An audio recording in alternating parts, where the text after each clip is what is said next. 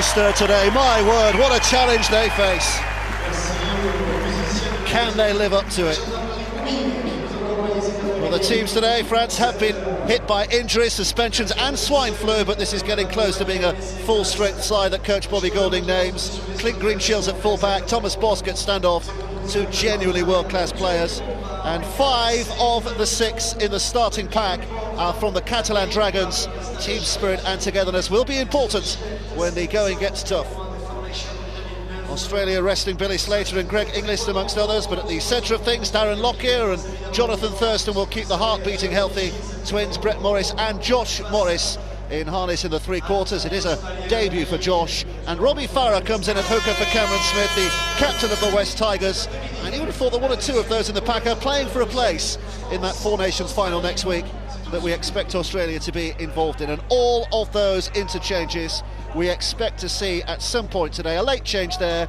Villegas has come in, Constant Villegas, in place of Roman Gaglazio. Here we go. Got away with it. Well, it was almost worth a video referee looking at that, wasn't it, you would have thought? Our referee today is from New Zealand, by the way, Leon Williamson. He refereed the England-France game, the very first match of this Four Nations at Doncaster. It's a multinational touch-judging team as well. Clint Sharrod, who is representing the English Super League, but is, of course, Australian, and Adam Byrne. Adam Byrne's from New Zealand on the other flank too. So early stages as the French look to offload. Bosk just gathering in after a little bit of untidiness. And here comes Kane Bentley from dummy half. Win with a kick away. It's going to fall neatly into the hands on that left-hand side of Morris, and a chance to bring it back again. And that's the last thing France wanted, Thomas Bosk getting tackle on tackle number 5, because it leaves him with just the one kicking option of James Wynne, and he put both to ball. It was quite an easy catch on the fly from for the Australian side. Well, that's Gidley who's taken it in. Here comes Thurston, the scrum half. Now Farah moving it down that blind side.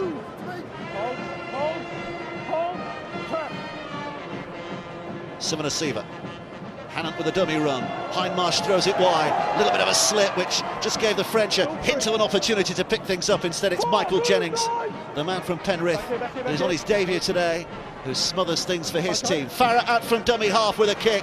It's a terrific kick as well, up to that try line. Nowhere to go. What a kick, what a chase. Well, the Aussies are at it again with their tactical kicking. Well, that's been one of the features, I feel, of the Australian side throughout this this Four Nations competition. They've got a vast array of kickers. That time it was Robbie Farah who's operated from the dummy half roll. Beautiful kick, but once again it's the twins, it's the Morris twins. Great chase there.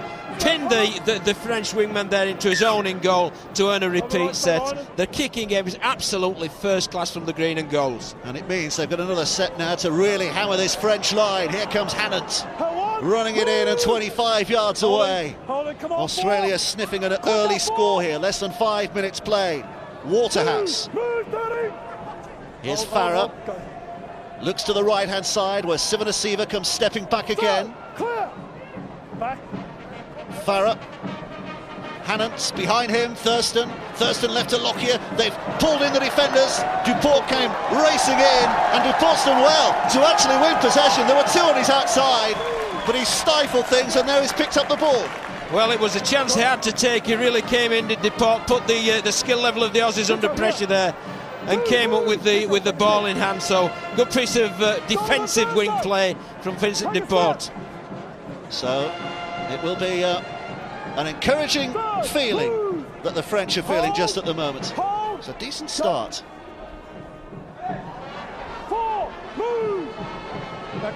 By Bentley, Kane Bentley that is. He's younger brother of Andrew Bentley, who's playing at loose forward today for the French. Here comes 6. Little chip over the top by Bosk. Greenshields is after it. It's been knocked on, has it? I think it was a knock-on in the first instance by Nathan Hindmarsh. Yeah, well, that's what we highlighted prior to the game, this little kicking from Thomas Bosk to make it a contest, and it's off Clint Greenshields who's chasing, and that's forced the error. So the first turnover for the French in the Australian half. Lovely little kick there, and Hindmarsh it was who attempted to clean up that little challenge, but Greenshield put him under all sorts of pressure, and the reward is French head and feet in a pretty good field position. Wynne puts it in and takes it out. Here comes Bosc. I have to say, looking at this French side, he is the standout player, isn't he? He and Clint Greenshields, the full-back. Up to dummy half moves Bentley. Now it's Artie Sheed. Good initial drive by him and the offload as well. It's Andrew Bentley. Australia under pressure. Only 15 yards from their own line. Kane Bentley again. Wynne with a dummy. It's clobbered a little high by Ryan Hoffman, which belatedly is given by the referee. Yeah, offside, I believe, against the Australian side. And will he go for two, or will he keep the pressure on? And I personally, I'd keep the pressure on, because it's very difficult to get field position against Australia. And if you've got it, keep it and put them under pressure. He's changing his hat. Mark's up here, Kane on the line. Oh no, he's not. I thought he was changing his hat for a moment there. Just having a little wipe of the brow. I think it was a Trilby, Dave was going for. Wipes his brow before he takes the tap. Ferriol has driven it to within 5 yards. Here's Bentley now, Kane Bentley. Throws it back towards Wynne. Wynne onto Bosc. Bosc looking left, but the Australian cover is there in numbers. It's a wall of green and gold. Here's Greenshields. Ilima. 3 tackles still to come here. And a very, very good position. Kane Bentley again. Waits and watches. Ferriol. Wynne. Quickly along the line. The gaps were opening. It needed a quicker pass. As it is, it's been lost, and it's Thurston who has it. Yeah, that was good online defence there by Australia. Really came up, took the space of the French attack, put them under pressure, and came up with the ball. But interesting to see Australia now in the position of having to clear their own goal line. It's a 59th meeting between these two as the Australians are given a penalty. Too much time after the tackle had been complete spent by the defending player. Well, that's just made it very, very easy, hasn't it? But there's the half chance. And if he could have got that to go to hand to Greenshield, he did have players outside him. And as you see there, there's the wingman Morris who was there. So there's half a chance, not taken, and then they've really given the Australia the easy route out with that penalty. Sivanasiva. He's not had the best of seasons, Petro Sivanasiva, a foot injury. Kept him out for an awful long time. Farah. Now it's on by Hoffman. 30 yards away. Here's Thurston. Hannant. He's done a lot of running here. Ben Hannant, either as a ball carrier or as a dummy runner in these early stages. Thurston. Hindmarsh.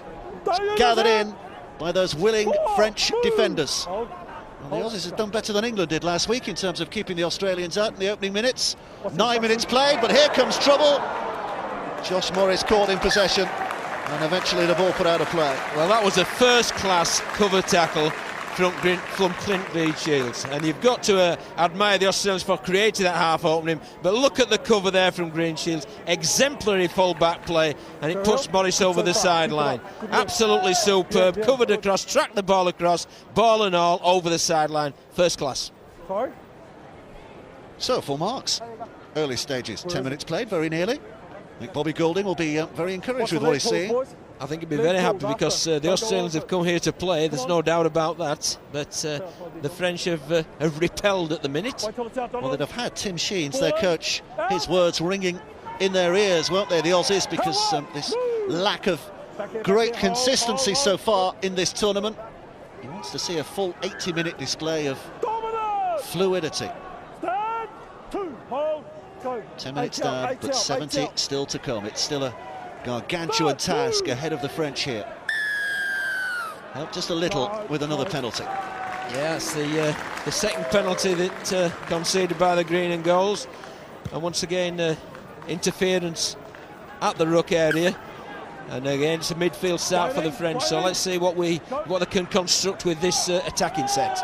They'll be going in confidence with every passing moment as they gain another couple of yards inside Australian territory. Little dummy thrown by Ilima, and then he tries to take them on. It's Kane Bentley who's moved up to acting half. Ferriol. 3 Australian defenders willing and hungry for work, pulling him down. Here comes Bentley again now. Little skip away to his right-hand side. Bosc to win, who had to reach a little. Now Greenshields. Greenshields with a step off the left foot, puts it back on the inside again, but Duport is dragged down 10 yards away. But the French are getting closer here. Here comes Wynne again. Switches the angle of attack back to that right-hand side. And Ragan runs into another wall. 6 tackle is the next. Last little opportunity in this set here for the French. Wynne throws it inside. Bosc with a kick over the top. It's being watched ever so carefully by Jared Hayne. Collects it safely too. Yeah, he really did do excellent work there, Hayne, and looking to bring the ball back into play quickly with a quick play of the ball. And Ollie Ellimer, the captain there, giving a cheap penalty away, which I'm sure that coach Bobby Goulding won't be that happy about. But again, a great piece of attacking play. It was like watching Catalan Dragon there with the 2 halfbacks finding Greenshields as the backman and obviously push on the outside from the 3/4. Clint Sharrod, the linesman on this near side, the touch edge on this near side. It's marking the position for the Australians to start this particular set of 6 inside French territory. But 0-0, and with 12.5 minutes played, that's okay. Here comes Hayne. People are still flooding in here, by the way. There's a reputation at this stadium for crowds to arrive late. Here's Thurston again with a flat ball to Hannant. His progress is stopped immediately. But it's a good position, central, 20 yards out, options right and left. It's Lockyer to the left-hand side. Trying to bully their way through, but Hoffman is going to be put down. Robbie Farah jogging up to dummy half again. Here comes Farah. This is Lockyer now. Lockyer inside to Hannant. Hannant really putting the work in, isn't he? Ben Hannant in these early stages, the Dally M prop of the year in Australia. Thurston no again. Lockyer, oh, it's a drop, a juggle, and it's French possession. Bosc in on it. Well, you've got to admire the French online defence. They are putting pressure on the Australians. But I'll tell you, Tim Sheens, if he's thinking about the final next week, he'll be very, very disappointed with the online attack of the Australians. They just aren't creating, they aren't looking crisp and creating the chances. I thought they looked better actually, Dave, last week against England. But there's Lockyer with the error, and then they've compounded that with another penalty. Well, the tap restart for the French on the halfway line. And this absolute cascade of points, which we were expecting going against the French, has yet to start, if it starts. They're enjoying themselves here as Artie Sheed takes it in and down. Kane Bentley meandering into dummy half again. There's his brother Andrew. Same headgear, same outcome. Here's Kane Bentley. Little chip through by Bosc, and it's chased hard as well. Gidley's across there. He wants to keep him play and does do so despite the chase, and claim there is a knock on as well. I like the little bit of play there. The good end of set there from Thomas Bosc. He had a 4-man short side.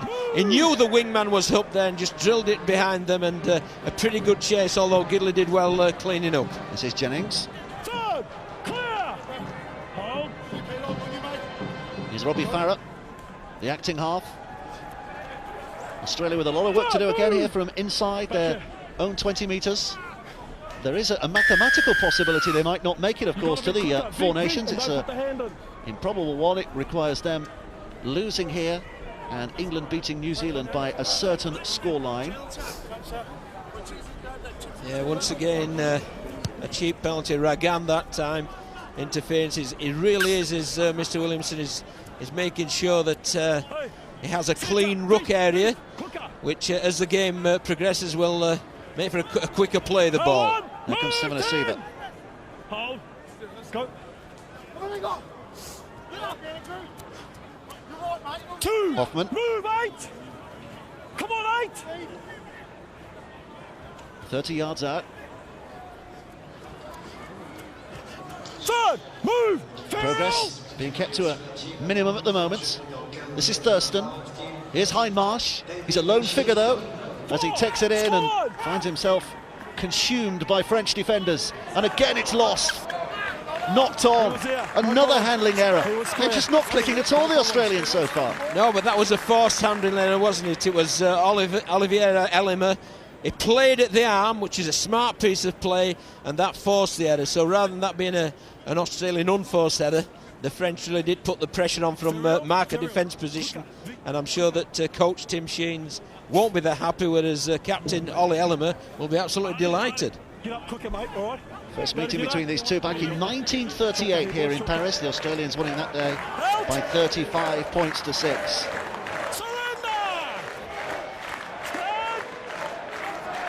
Don't forget, by the way, England-New Zealand later on. You can see highlights of that here on the BBC, on BBC Two tomorrow at 3 p.m. English Rugby League fans keeping their fingers crossed. And there's live commentary on England-New Zealand second half on 5 Live Sports Extra, and that begins at 7 p.m. this evening. Hold, markers. Here's Bentley, Kane Bentley, now Wynne. France picking up a position inside the Aussie half. If you just went on first half performances, they're having a stormer in the Four Nations. They played very well against New Zealand, and they were beating England in the first halves they played so far. And again, the pattern is repeating itself here. It is, but I'd have been a little more disappointed with the end of that set from Bentley. Really, when you're in midfield, you need to turn the ball over towards the Australian goal line. If you keep turning over in midfield, at some stage, the green and goals will get you. Move. Here's Farah. Get your hands out of there, Oliver. Slow progress being made again. Waterhouse put down on the halfway line. Go with it, go with it, go with it. Lockyer, good hands back on the inside. Here comes Kurt Gidley. But they are out wide for what is a 6th tackle now. Farah just looking for the clever kick, which is being chased hard by Hayne. And Greenshields having in the end to just shuffle it out of play.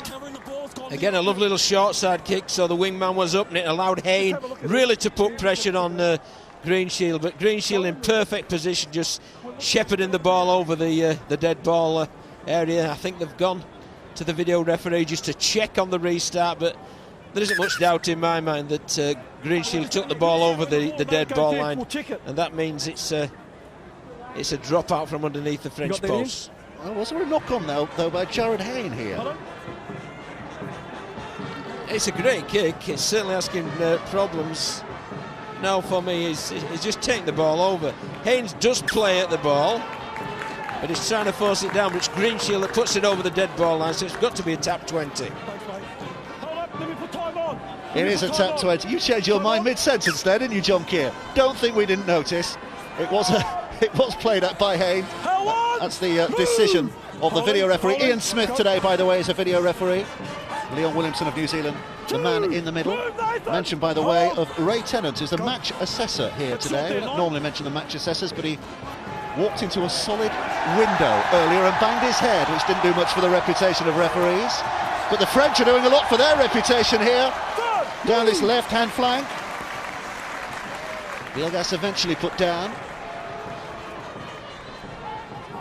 Here's Matan. Kane Bentley, the man at dummy half. Here comes Ferriol. Good handling again, and confident handling across that right-hand side. To Chagas, eventually hauled in. 5 coming. Matan driving it to within 11 yards. 6th tackle is the next. Bentley, now Bosk. Bosk has a look. Throws it quickly to Elima. Elima keeps it alive. Greenshield likewise. Bosk with a kick in. Couldn't quite get purchase on it. Jennings picks it up. Australia back in possession. Inventive play though, wasn't it, there from the French? They're certainly not going to die wondering. They're taking the chances. There's lots of ball movement, and they are testing this Australian defence. Well, remember the Welsh semi-final against Australia in the World Cup 2000? Justin Morgan was a star of that particular day, and you're seeing a similar game here today, aren't you, Justin? They've started fantastically, the French. Very impressed with their willingness to move the ball from left to right, and also when they've been defending, they've been right up in the faces. They've forced a couple of errors from the Aussies, and these number of penalties here, we see another one given by the referee.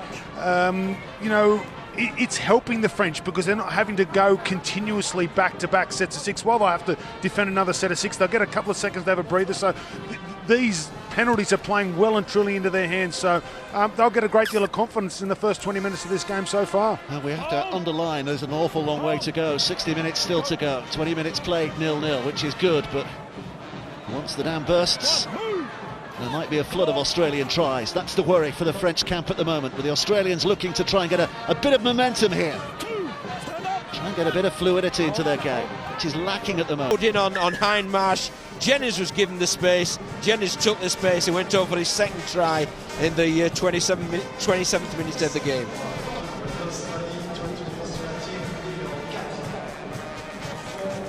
Another kick here for Jonathan Thurston. Well, it was Thurston really who created that try by taking the line on rather than just shipping the ball on a long shift. He just dummied, went through, and that caused a bit of readjustment in the French defence that they didn't quite manage to make.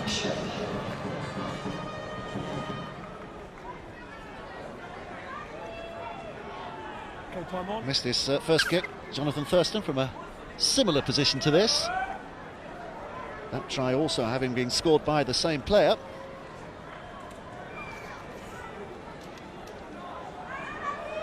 Thurston settling back and sending it forward, and same result, just to the right-hand side of the upright. He just needs to alter it a little, doesn't he? But Australia still leading by 8 points to 0. Well, he's a better kicker in the NRL, and it'll be a little disappointing that, because if Australia are to clinch this Four Nations title, you really need to be making your fours into sixes and clocking those goal kicks over. But I'm sure Michael Jennings will be very happy indeed. Say from Justin Morgan. Justin, what are you making of it now?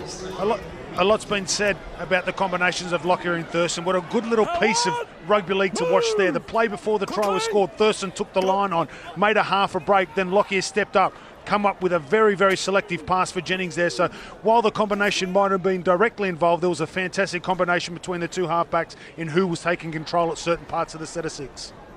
Here comes Hoffman to within side of the halfway line. 16. Farah down that blind side again. Good hands once more. French just about hanging on. It was Josh Morris who was hauled down. His twin brother waiting on the inside. That's a sloppy pass. It's collected safely enough. Oh dear, it is getting a little sloppy, and that's a knock on. But again, they're giving them no space in which to play with. All credit there to Bosk. I was critical of him for the try. He made the wrong decision in defence, but that time he really did. He got up there, he took the space of the ball receiver and forced the error. So great defensive play from Thomas Bosk there.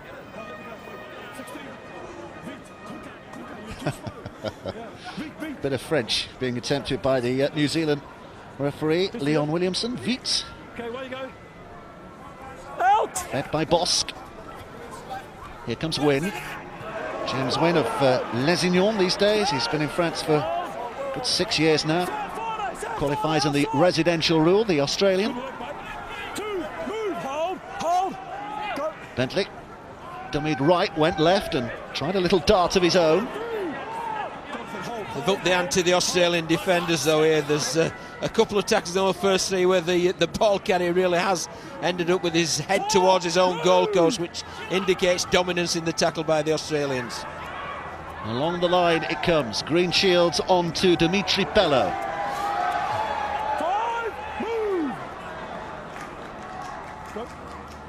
Elima. Bosk sending it high.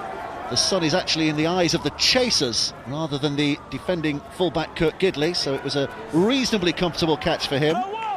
Yeah, but it's still a good place to turn it over, because you see there, tackle one 12 metres away from the goal line. So by Bosk putting the ball into the egg, and it plenty of hang time, it allowed the chasers to get up there and restrict the kick return of Kurt Gidley. Here comes Thaiday, Sam Thaiday, who's on from the bench, the Brisbane man. Now Shillington, another of those interchange prop forwards. Two big men trying to do the damage, and now it'll go wide. It's Lockyer back on the inside, and it's dropped by Waterhouse. It's another knock on. It's not as sharp as it should be. No, there's one or two headers creeping in. I think is it 5 or 6 headers that the French have made, but some real dominant defence there. That was win straight from the the scrum there, and you can see there, great technique, shoulder underneath the ball, good shoulder contact, someone else helping with the tackle, and it really gives you a dominance. But when you get the ball, then you've got to look after it, and that error there, number 5 for the Australians, and it's just giving French too easy field position. Greenshields down. Here comes Wynne from dummy half. The French trying to mount an attack here from just inside this Australian half. They'd love to get something before half-time. 2 tries conceded. Already making it a long way back. Wynne now throws it to Bosc. Bosc behind the line to Greenshields. Greenshields with a dummy. Lockyer bumps him with a shoulder. 2 more there to make the tackle a good one. 20 yards out. This time it's Elima. 6th tackle is the next. Kane Bentley. Bentley with a dummy. Caught in possession. It's a waste of a play. Waste of a play on the final tackle. The Australians trying to pick it up and get on with it. Oh, and he's given a penalty. Yeah, I think that came from the... there's a bit of assistance from the touch judge there, because it was a very late call from Mr. Williamson. And as it was the last tackle, where Bentley decided to run the ball, turned it over, but he's given offside. But I feel there was interference as well in the tackle. Well, whatever the reason, the French have a prime position here. Bobby Goulding, their coach, encouraged by the fact that 6 tackles now to hammer this Australian line, led by Elima. And the French supporters finding their voice as well here. Kane Bentley back on the inside. Here comes Bosc. Bosc to Wynne. Wynne along the line. Greenshields wanted it, but it was dropped short. Wynne. Again moving it left. Couple of dummies. Bosc. Bosc tried to throw it back, but Lockyer's there to catch it. Well, offside once again. It's even a couple of the fringe Australian defenders in front of the mark set by the referee. So there's a great period of pressure for the French side. The 3rd consecutive set right in the Australian danger zone. Matthew Griffey, 5 yards out. Kane Bentley from dummy half, head down and tried to bullet his way through. The Aussies had him matched. Here comes Bosc. Now Wynne. Just trying to move it along towards Sadoui. Wynne. Here's Bosc. Short and flat to... Great ball movement from the French side. But the thing that Tim Sheens will be pleased about is this commitment to defence by the Australians. They've made far too many penalties, made far too many errors at the minute. But my word, when it's come to the defensive aspect of the game, they really have stepped up to the plate. See the tackles made fairly equal at the moment. France 62, Australia 65. Just a couple of tackles missed on the French side, won by the Australians. So in that respect, it's fairly level pegging.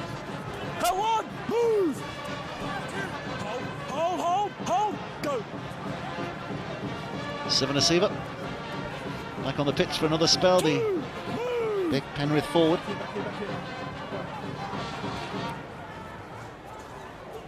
Hoffman. Come on, Jamie, stand up. Here's Farah. Good hands by Lewis. Australia showing terrific hands here. Little kick through. Oh, it's hit the referee. It's hit the referee. And he's given a knock-on against himself, if you like, because as soon as it hit the referee, he's given head and feet to the Australian side. Yeah, I think that fell for the Australians, really, because Pello had been covering round the back, and that allowed the Australians to play at it. And you see there, boot to ball, but kicked it far too hard, kicked it out of bounds, so rather fortunate to get a repeat set there for the Australians.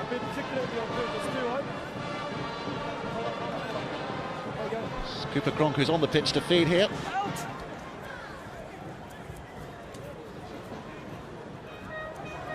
Payne looking for a taste of the action much more centrally than he's normally been positioned in this tournament so far. Now Jennings. Ooh, the slip. It looked high, but it was a slip. Here's Farah at dummy half. Now Sivanasiva again to try and bully his way through. He's still striding in, still carrying it forward. He's a big fella, isn't he? Here comes Robbie Farah. Kronk now. Thaiday on the short pass without much momentum. So easily stopped, or relatively easily stopped anyway. Kronk. The gap's opening, a stretch by Waterhouse, but not quite far enough. Australia just about denied. Oh, but they'll have a penalty, hanging on too long in the tackle. Is it a professional foul, Dave? Because he was looking to play the ball very quickly. Can the ball just held up short? I think it's decided it's a professional foul. He's certainly having a word with Olivier Ellimer, the captain of the French side. Our French colleagues showing us the replay of the what looked like a high tackle but wasn't because of the slip. This was a penalty. This Green Shield really, he knows what he's doing there, because a quick play the ball would have been another 4 points for the green and golds, but just slowed it down. Darren Lockyer had the look of a man who said, well, I hear what you say, but I can't completely agree with you, to be honest. But I've been around enough to know not to say anything back. Here comes Farah at dummy half. This is Lockyer. Gidley throwing it left, and again on that left-hand side. They're not just quite finding it when the gaps appear to be there. Well, Depart once again, he helped them out, this time not with a tackle. But if you watch this, there's half a gap created by Gidley, and he just plays at the ball. That knocks it over the sideline, and it just builds the pressure. But he had to do it, because again there were two Australian players, the Morris twins, on the outside. 2 and a bit minutes left to play in this first half. The French desperate to hold out if they possibly can. It's Brett Morris. They're almost impossible to distinguish, Brett Morris and Josh Morris. They are identical twins. Josh is the oldest by 10 minutes, but that doesn't help much when you're trying to commentate on them when they're running at full flight. Thaiday is the dummy runner. Instead it's Kronk who takes it on, throws it left. Hoffman tried to reach, but he has lost possession. Well, once again, great field position, but coughed the ball up with error, in part down to the French pressure, but in part as well down to indifferent execution from the Australian side. Get it in there quickly, Jamie. Okay, James, get it in. Out! How on, move! Back here, 16, go. Here's Pello. Move! Hold, Sam, wait, go. Third, move! Mark a square, take a step. Go. Bentley, up from dummy half, came Bentley. He's been very busy once again, hasn't he, Kane Bentley? I think he can feel very happy with his contribution to the Four Nations. Kane Bentley and his older brother Andrew Bentley were brought up in France. Their Kiwi father played in France for La Réole, so their childhood was spent in this country, which is why they're playing for the French today. It's a kick that should just roll out of play and offer the Australians a tap back on the 20, and we're just a couple of tackles away from the end of this first half. So John Keir, what has been your conclusive thoughts on this first period? Well, I know which coach will feel the happier of the two. I think Bobby Gould will be very, very pleased with the effort, the commitment of the French side, who worked really hard to keep the Australians' scoreline down. But the Australians, they'll be happy with the defence, but there's lots and lots of areas for them to pick up on. There really are. Halfway reached, and half-time very nearly reached. Just a couple of tackles maybe here, as Farah goes from dummy half and Lockyer throws it left. This is often where the Australians can be dangerous with these late plays if a side switches off in opposition, but the hooter sounds. Lockyer with a kick. Greenshields chases this, knowing all he has to do is watch it or put it out of play, which is exactly what he does. It'll be the last act of a first half. A first half that the French can be very proud of, but the Australians having the lead through 2 Michael Jennings tries at half-time.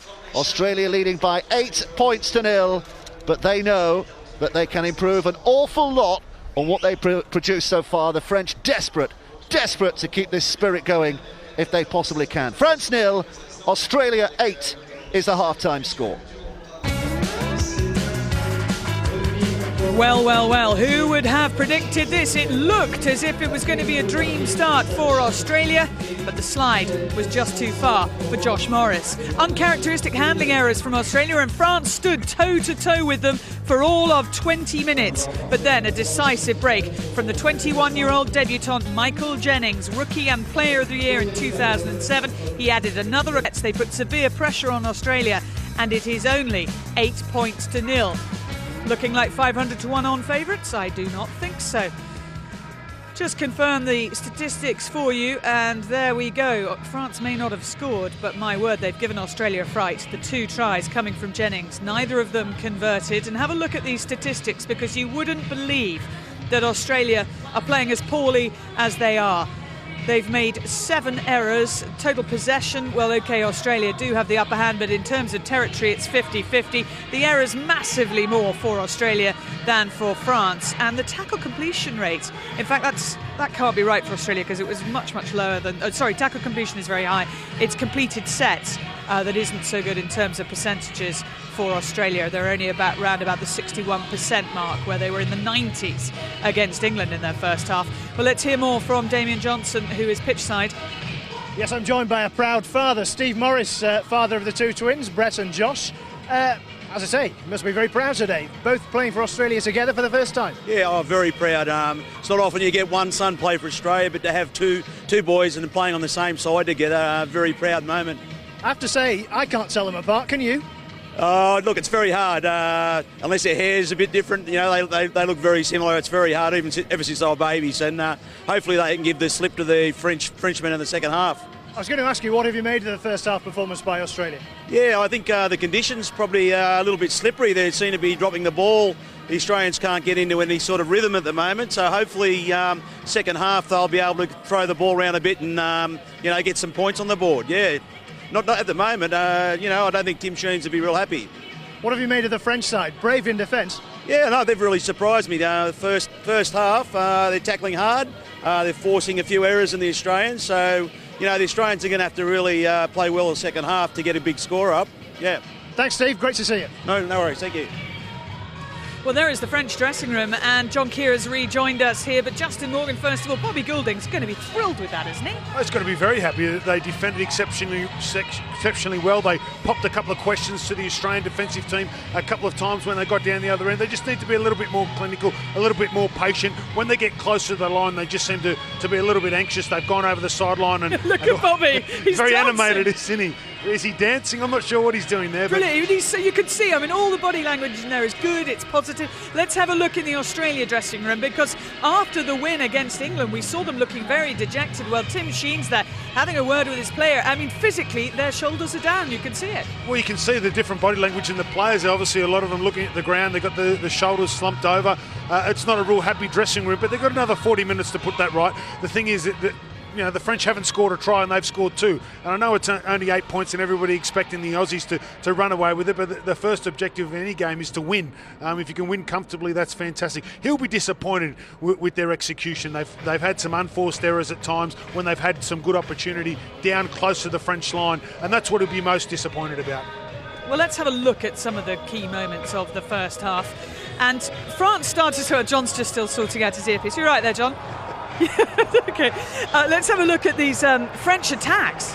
Yeah, they're fantastic. They're not afraid to throw the ball around. They're just the ball a little bit behind there. I'm not sure whether they would have scored or not. But this is a nice bit of ball movement here. The dummy half gets out, a couple of options. Bosque, Wynn, they combine very, very well. Gets the green shields. He gets on the outside. And here, this is what we're talking about. They just need to be patient in this position. Get tackled there, take another play in. Here's another big shift play. Bosque involved this time. Dummies to kick, finds Elama, who I think's been very, very good for the French this entire tournament. And unfortunately, just couldn't get the good kick onto the end of that one. But they've been very, very good. There was an interesting article in the programme last week by Michael Vaughan about playing the Australians, and he said in cricket, same as in any sport, he said we had to be physical with them, we had to stand up to them. And actually France have done a really good job of that today. Well, I think if there's a characteristic of the French team, that's very physical. Their aggression has never ever been questioned. They've also been very, very flamboyant. Whether they can just go set for set with some of the best teams in the world, that's the question mark. But today, they've been excellent so far. I think if they can make some fine adjustments to their attack, they might score some tries. And what's helping them is the fact that Australia are making mistakes. I mean, we just aren't used to seeing Australian players. Obviously, a big hit coming up here. Greenshields with a big hit on Josh Morris, but lots of knock-ons as well from some of their best players. What I've liked from the French is that they put pressure on the Aussies with their defence. They've come out of the line. We saw last week, that's a little bit of an unforced error, that one there, but it was a nice line that was presented here. Ellimer comes out of the line, puts some pressure on Robbie Farah that time. And we've seen the ball go to ground too many times for the Australian team. A few sloppy passes, but again, Bosk right up in the face of the back rower there and putting some pressure on them. So they'll need to continue to do that. We didn't see that last week from England. England didn't put the pressure on the Aussies, but the French are starting to do that today. John, I've been looking around wishing that this was a full stadium because the French fans would enjoy this so much. They'd be so proud of their side. But in a funny way, is it hard for Australia because there isn't much atmosphere? I think you have to generate your own atmosphere basically, and I think they've enough areas to address of the Australians, and he'll be very happy defensively, probably very happy with the kicking game, but I think their execution attack has let them down, and I'm totally with Justin. In part, it's down to this French pressure that they're exerting, and you've just got, it's typical Bobby Goulding, they're just full of enthusiasm, they're just working real hard for each other. The challenge now for them is to repeat the effort for the second 40 minutes as well. And the challenge as well is to turn that pressure into points. They've got to get over the line, and as you said, Australia are the ones that have done that twice through the same try scorer, young Michael Jennings. Yeah, he's had a fantastic start to his Test career. He's had a fantastic season in the NRL with Penrith, and to score 2 tries. And here's a nice bit of play there. A couple of options back on the inside, and you see there Hindmarsh, he holds up one of the French defenders, and these other 2 defenders on the outside got a big decision to make. And we've also got the big man out on the edge there, Waterhouse, and he holds up another defender. And again, we talk a lot about dummy runners in rugby league, but those 2 there, Hindmarsh and Waterhouse, weren't indecisive in knowing which one was going to get the ball. There was still quite a bit of discussion, obviously the video ref deciding on the grounding and obstruction. Did you think that any of those dummy runners bordered on obstruction? No, I don't think so. I think because they were in a position to get the ball. They were behind the ball. They didn't take anybody out. They did the right thing. Hindmarsh pulled out of the line once he got in front of the ball. Waterhouse did the same, and some nice selective play there. Until the ball was released from both the ball players' hands, you couldn't determine who was going to get the ball, whether it was going to be the front man or the back man. And if you're going to do a play like that, that's the best way to do it, where you can't tell if it's the front man or the back man that's going to get the ball. And Jennings showed again why he's been such an exciting young talent in Australia. His second try a bit more straightforward? Yeah, a little bit more straightforward. As I said, in the commentary, it was fantastic to see Thurston carry the ball the play before, and then Lockie just stepped up. Hindmarsh, a really, really good foil there on the inside. Very, very hard for the defence down on the short side. Bosk, he had to come in on Hindmarsh. He's a big man, and Jennings just held his run really, really nicely. Good timing, and that's why Darren Lockie is one of the best players of all time. He can put a fantastically timed pass like that together. OK, well, we'll discuss what might happen in the second half in a moment or two, but just to remind you that highlights of England against New Zealand, obviously this is going to be the match that will decide what is coming up in terms of next week's final. You can see highlights on BBC Two tomorrow at 3 o'clock and also on the red button. But if you want to hear live commentary on the second half, then tune into 5 Live Sports Extra. And the rugby continues shortly after we're off air. We kick off our autumn rugby union internationals with an absolute cracker. Wales against New Zealand is live from the Millennium Stadium from 5 o'clock. They've not beaten the All Blacks for 56 years. And then from 7:15 on BBC Three, we have highlights from Twickenham as England take on Australia. Austin Healey and Lawrence Dallaglio are your hosts for that. A few more programmes to tell you about. Don't forget, following us is Final Score, all the news and results from the world of football. They'll be coming away from 4:30. And Match of the Day is on a little later than usual tonight. It follows the Festival of Remembrance. Gary on air at 11:05 on BBC One. And the football continues until the wee small hours with the Football League show. That starts at midnight. And we're in November now. Christmas is approaching, and that means it is nearly time for Sports Personality of the Year. The BBC Sports Personality of the Year is Chris Hoy. Is recognised as being the sporting award. I'm actually shaking. It was a show that, as a family, we watched year in, year out. If you look at the past people who've won that, you've got the legends of British sport. I can't tell you how honoured I am to be here. It's not only what you do in your sport, you've got to have a personality as well. I didn't think I was going to win it, to be honest. It blew me away. Just give me the best Christmas present I could ask for. BBC Sports Personality of the Year. I mean, I just couldn't believe that was me. It's probably the only trophy I have on display in my house. It's very difficult to put it into words just how special winning the Sports Personality of the Year was for me.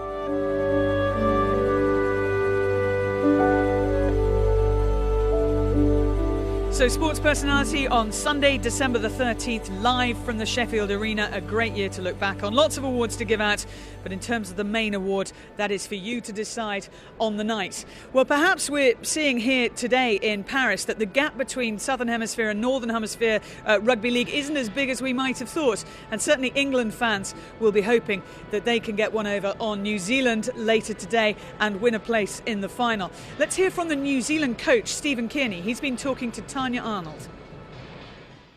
I'm guessing focus won't be a problem going into this one. It's basically knockout football, isn't it, for you guys? Yeah, it is. That's fairly obvious. Again, so the focus for us is certainly on preparation first, and I'll have a good look at the English side and see where we think we could get some advantages. But I thought they played the second half against Australia, and even 10 minutes before the first, before the end of the first half, I thought they really got themselves back into the game, and so it's going to be a tough contest.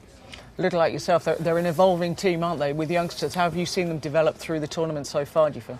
Their performance of the second half against Australia was fairly much what I expected in terms of their development. Looking at the squad, that they picked, and knowing that it was going to take a bit of time to get used to things. I was very impressed, as I've always been with Sam Burgess and his contribution to the group. I thought that was probably one of Kevin's best games I've seen him play for England in the weekend, and young Sam Tompkins is an exciting player. So, you couple that with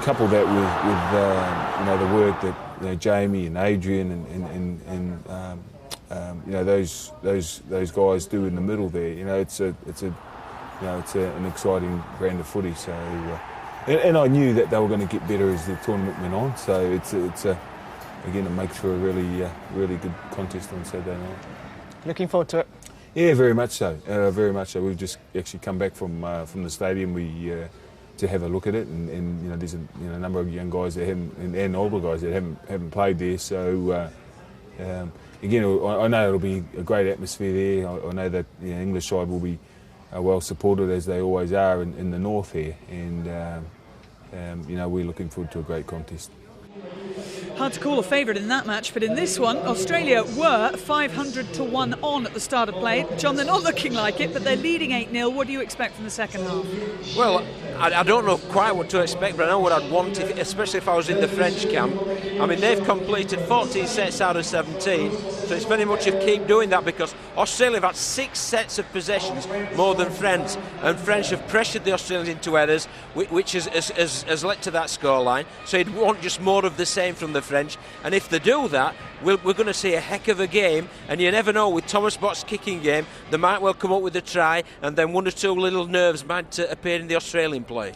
Thank you, John. Good luck with your second half commentary. Let you go and rejoin Dave Woods. And Justin, if you were an Australian player, Darren Lockyer there, what are you thinking? What are you saying? Well, I think in any game we've seen so far in the Four Nations is that they just need to do what they do well. They don't play very expansive rugby. They play low risk stuff, and they need to go about that. They just need to get forward. They need to get the big men on the front foot, and then allow Lockyer and Thurston and the like to nip in and around the rucks. But I just think they can't try and win the game in the first 10-15 minutes and build some momentum. They didn't do that in the first half. They didn't build any up of the first half, so they need to do that. If they do that, I think they'll come away comfortably on the scoreboard. Well, we mentioned at the beginning of the programme David against Goliath and underdogs. If you support the underdog at home, then you're going to be right behind France, as those fans are for this second half. Let's rejoin Dave Woods.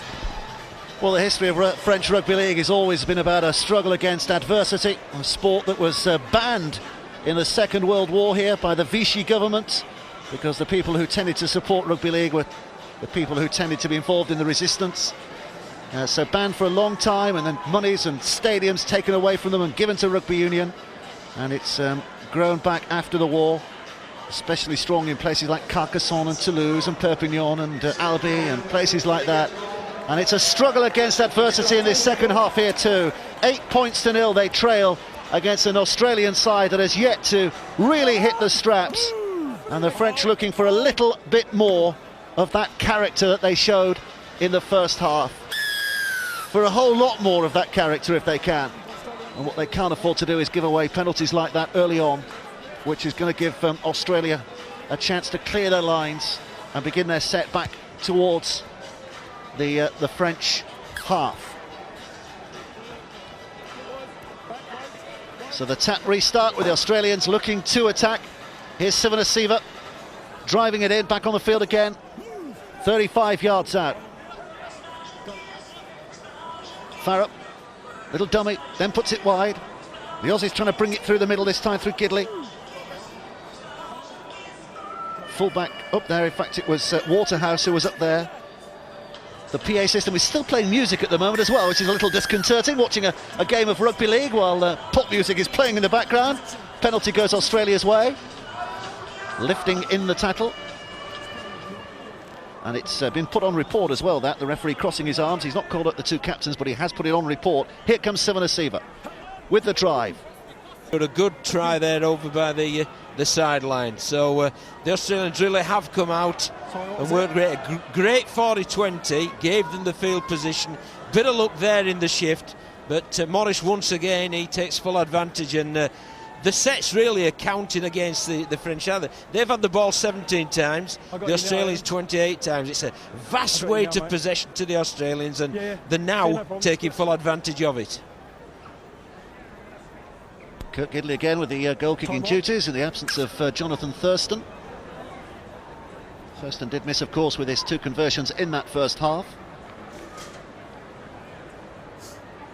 Younger brother of Matt Gidley, who's been playing of late with St Helens in the Super League.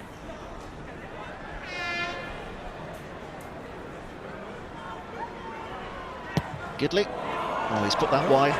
So 3 kicks missed today by Australia in total. What a great 40-20 this is. It's Cooper Cronk there kicking from inside his 40-metre zone, and the ball bounces in the field of play and it goes over the sidelines within 20 metres of the opposition goal line. That's a great piece of skill. It's a very difficult piece of skill, but the reward for that is head and feed at the scrum, and from that head and feed the Australians scored. So great reward for that great kick. 18-0 Australia lead with 6 minutes of the second half gone. Could be a long second half for the French, the way it started from the Aussies. There was a sun out about 10 minutes ago, but it's gone in. It's a cloudy day, and it's conditions which is reflected in the face there of Bobby Golding, the French coach. Cloudy disposition. His side are being put under the hammer at the moment. Comes Lewis. Well, that's just what they needed, because they haven't been able to get their hands on the ball whatsoever the first 7 minutes of this half. That's an error with a forward pass, and they just needed to get the ball into in the French hand, and the fact that it's in the Australian hands is a great advantage. And 8 errors there made by the Australians, 7 in the first half, 1 this half, and it's a good job they've had that weight of possession. And it's not just about today, is it? I mean, you hark back to the World Cup last year when people were claiming this Australian team was the best of all time and expected them. They said give them the trophy before the tournament even began, and they had a soft semi-final against Fiji, didn't they? And then got beaten, got caught cold by the Kiwis in the final. They did, but they hadn't really. They'd played really well in the World Cup in the build-up games, such as against England, winning 52-4. They haven't hit the straps yet, and the only danger is forever the meet in the final. Will they hit the straps in the final? Will that be England or will that be New Zealand? We'll know later on today, of course. And here comes Griffey. 20 yards away. James Wynne dashing up into dummy half. Now Ferriel takes it on. Ferriel with the offload. He's done well. Left towards Ragan. Has to step back on the inside. Sivanasiva stretched and missed him. Ragan thumps it in. Fide thumping him down. Wynne. Here's Ferriel. He's trying to urge his body at that Australian defensive line again. Oh, it's a knock-on. It's a knock-on in the tackle. It'll be Australia's head and feet at the scrum. It's very disappointing that, because it was a good field position that the French had there. And Ferriol very disappointed, and word out of place as well. Yeah. Swear at me, telling me, no good. Yeah, in English. Right. One of the French players swearing at the referee in English. He's having none of that. So he's given the penalty Australia's way. Well, there's Ferriol here carrying the ball. It's directly at Farah. Good collision. It doesn't feel as if he lost control of that ball. And you know what, Dave? I think I agree with him. Well, the end result of all of that, the alleged knock-on and then the penalty, has given Australia position back inside the French half again here. Robbie Farah, man who's got a kebab named after him back in Australia, Robbie Farah, the one-time Lebanese international.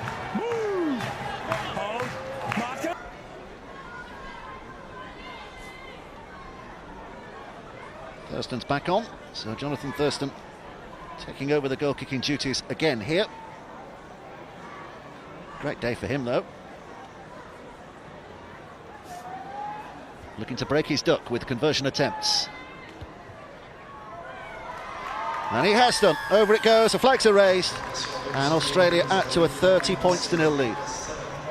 And coach Tim Seams will be very happy with their defensive work. You know, we said they've stuttered a bit with ball in hand, but my word, they've defended really well, as that scoreline's reflected a 0 against the French name.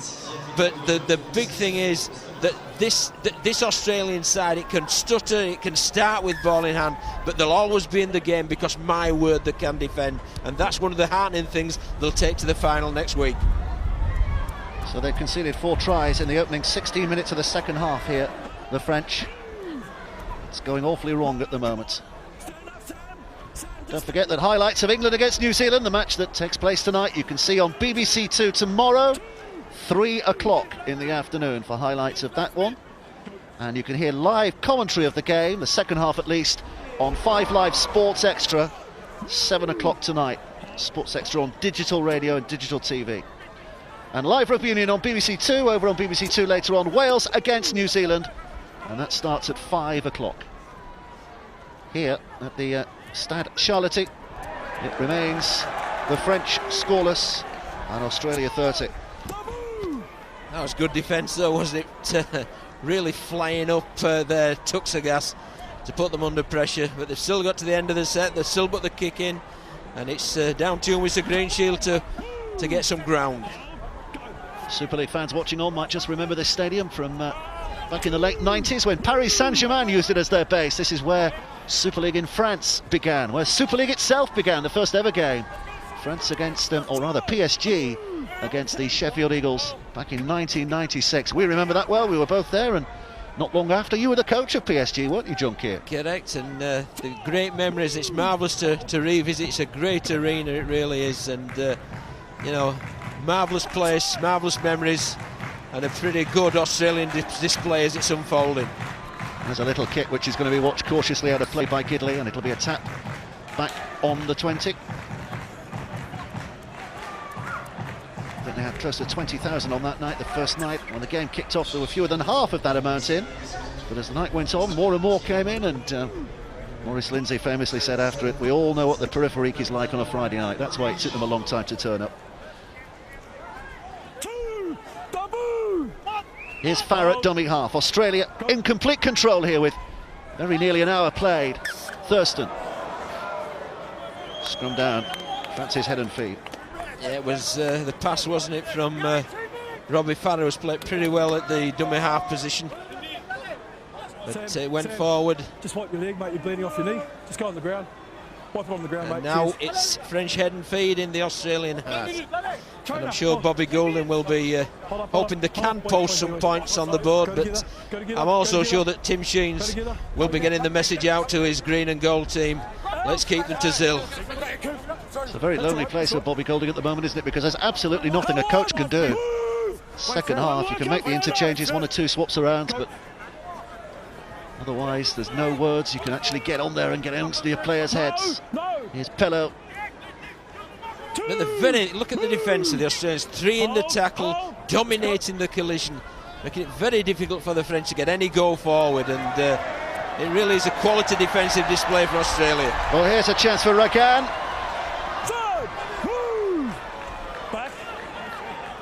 Ragan to his feet. Molly. Some good effort, good endeavour being provided. But again, look at the defence. 3 men in at the tackle there, clamping the ball, controlling the collision, so they've got the speed of the line for the next tackle. Mully. The only French try up to now in the French capital.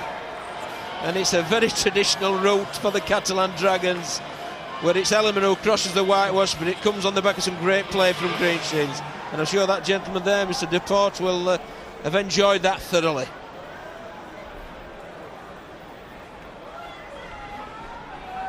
So here comes Bosk, whose boot unpicked this Australian defence with a chance to add the 2. Star man of this French side, Thomas Bosk, one of the great French players, you'd have to say, of all time, but he has put it wide. Give a man a build-up, and he does disappoint. France 4, Australia 30. The exciting thing, though, for the French game is that Thomas Bosk is getting better season on season, and you know, again, very instrumental in that 4 points that France have got. But unfortunately for them, it's they've got 30 that's conceded by the Australian side. Here comes Wynne with the restart, rather Thurston with the restart, the kick downfield. And the French now with a little more heart, bringing it forward through Sébastien Martin. One of the many, many Catalan players, former league player as well, wasn't he, Seb Martin? Had a spell at that club.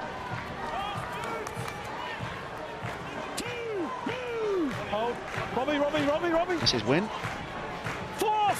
In at dummy half, has to leap over the Australian body to get it there. Look at the speed of line there. Great defensive effort from Thurston. Took the space, he received the ball, he received the man.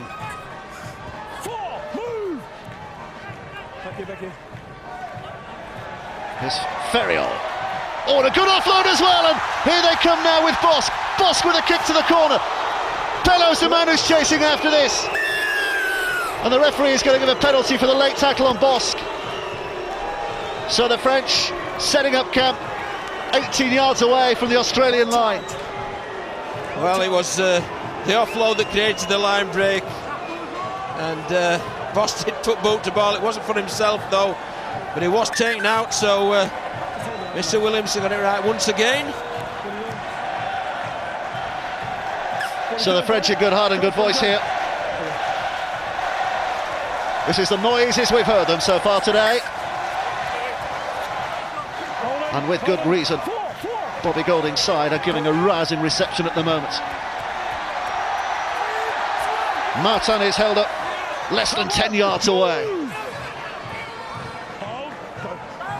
Here it comes again with Ferriol, trying to hammer it in, trying to break the stubborn resistance of this Australian defence for a second time maybe. Wynne, Mully, dummies, back on the inside, captured and put down by Hoffman. Still a decent position. Wynne, coming right, Ragan. Oh, and he's done well to get that away, in amongst a host of Australian defenders. Still tackles in the bag here. Again, look at the Australian defence though, David. Very, very good indeed. Mully, Bosk, Green Shields, almost cannoning his way through. Anxious moments for the French coach. Bosk, another kick. Oh, and down goes Hindmarsh. Keeper's catch. Well, for a big man, that's great skill, isn't it? Nathan Hindmarsh. Again, Thomas Bosk looking for the route for the try, courtesy of his boot, but that's marvellous play from Nathan Hindmarsh, sweeping up behind the defensive line. Great skill just to clean that ball up. Well, at least they've put some smiles on faces in this second half, the French team, as they did in the first for very different reasons. Farah.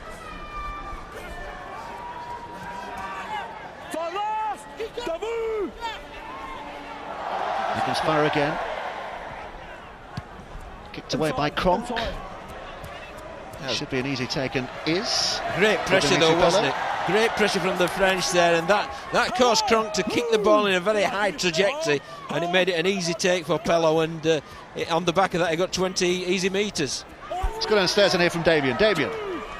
Yes, Rodney Howe, the conditioning coach for the French team, is with me. How would you sum up this French performance? It's been real spirited stuff, hasn't it? Yeah, the first half wasn't too bad, but look, the second half we started pretty bad. Gave away 4 penalties, so they got scored a few tries straight away, so that's not really good. But it's turned around a little bit now. We've got the ball back, so it's all right. The skipper, good value for the try, Olivier Lima? Yeah, look, he's played the whole tournament so far. He plays 80 minutes every match, so it's just good for a new skipper for France to score a try against Australia.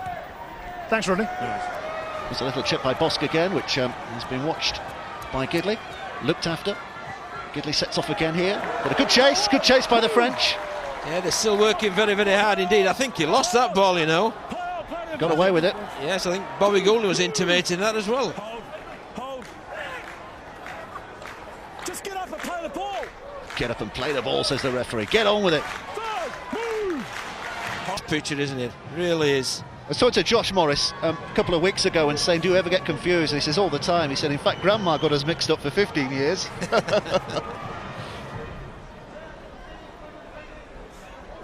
They've played a couple of pranks. They have a programme in Australia, the Footy Show. They've been on there playing pranks.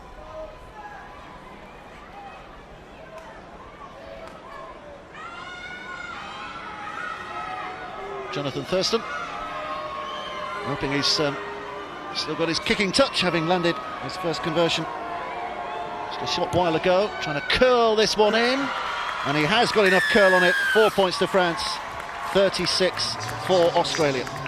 This is a beautiful pass. First of all, that opened the line up, and it did do it justice there. Hoffman didn't make the selection.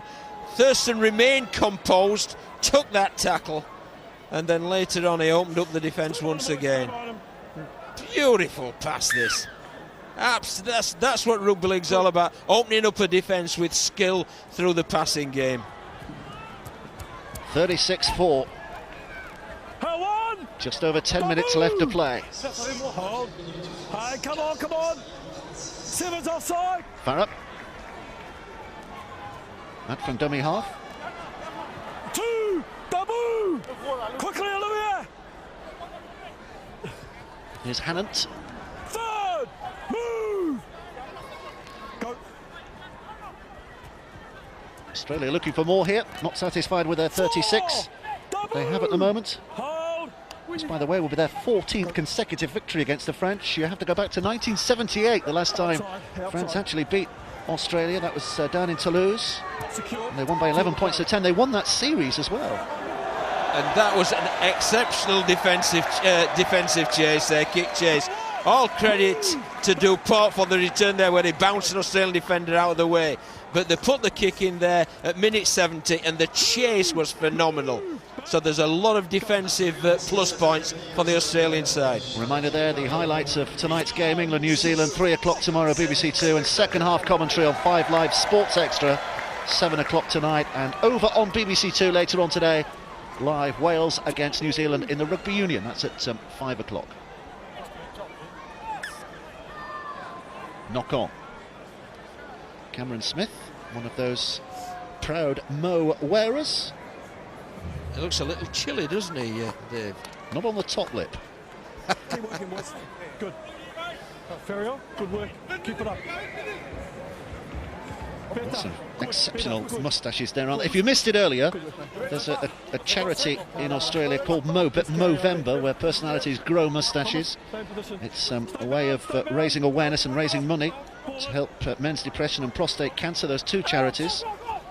And the Australians not allowed to wear their alcohol sponsorship here in France, so Mo has become the feature of the day, and this is also a feature of the day. The Morris twins, Josh with a second to catch up brother Brett. He was trying to stop himself smiling, but he couldn't help it in the end. And it's Jennings the provider this time. Lovely little offload through the line, got his hands free through the collision, and Morris the recipient. But I love to see try scored directly from the scrums. A backline play there, the space created in part by Thurston, but the real gap created by by Jennings, sorry, for his co-centre Josh Morris, and he crosses, and again his dad saying that's 4 my lads have got today. Thanks, mate. It's not a bad record they have at the moment, is it? 2 tries in 1 appearance for Josh Morris, 4 tries in 3 appearances for slightly younger twin brother Brett Morris. Tell you, since Jonathan Thurston's come back on the field with he had a little spell off the field, and it was Lockyer and Cooper Cronk. Lockyer then took a spell off, and Thurston and Cronk now. Thurston's been exceptional, he really has, and he's probed and he's opened up this French defence on a number of occasions.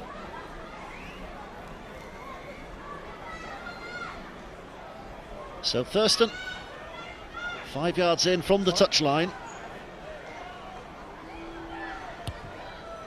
looking to curl it in. Just about. And it's 42 points to 4 now.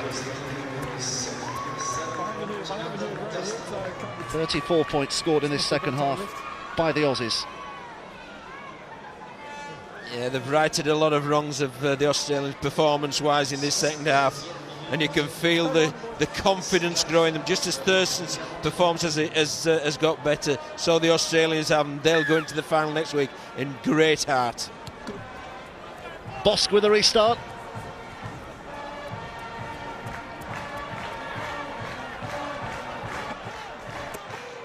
Man of the match today, by the way, is Michael Jennings, we're just being told. Hat-trick of tries today on his Test debut. It's the local press, the French press, who choose the man of the match, and that's the man they've picked out, and with reasonable reason as well. Yeah, I think he's had a very good Test debut. It just shows, doesn't it, what depth they've got in the 3 quarters, the Australians. There's 2 guys on debut, and Josh Morris and Jennings, who've been exceptional. They've got Inglis waiting on the sideline, and the production line is never ending. And they've not bothered to bring Folau because he's injured. And there's a guy called Idris at Canterbury Bankstown who ain't a bad player as well. Yeah, they've got a few in the 3 quarters. They've got a few all over the pitch. Here come the French, trying to show they've got a few as well. Seb Martin held up 5 yards away, wins at dummy half. Ferrer with a dummy run, back it goes to Molly. Molly out to Bosk. Bosk now looks what his options are. Green Shields on the left-hand side, dances in. Chopped down by the tackle of Cronk. Bosk. 5 yards out. Can the French score a cheery try before this game is done? Bosk, Molly, Ragan. Thurston's there to ensure the tackle is good. And it was a handover, that was a 6 tackle. Yeah, it was a power play on the last tackle. They may well have been better just trying to push the ball into the goal area and get another set, but they took the odds. But once again, this Australian defence was first class, and the only try they have scored has been created by the boot of Thomas Bosk, which may be an indication for either England or New Zealand, whoever are going to play them next week at Ellen Road. Tony Smith ringing the changes, of course, for that England game tonight.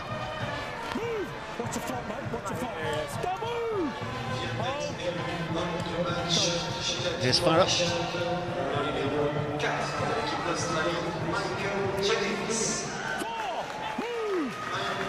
Farah again. Now Thurston. Thurston with a little chip over the top. They're after it once more here. Gidley eventually pulled down, but he's picked himself up to get the pass away, and Thurston wants to get on with it too, but Seb Ragan makes sure he can't do much with it. This is a 6 tackle. Cronk kicking to the right-hand side. Oh, it's taken superbly well by Pello. Fantastic take, and here comes a run. Dimitri Pello over the 30, towards the 40.